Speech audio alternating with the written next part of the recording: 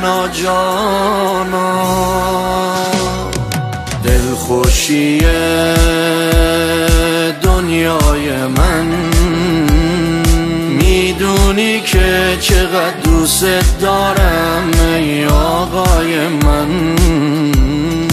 قصه ها بی معنی میشه، یعنی میای میبینمت، یعنی میشه.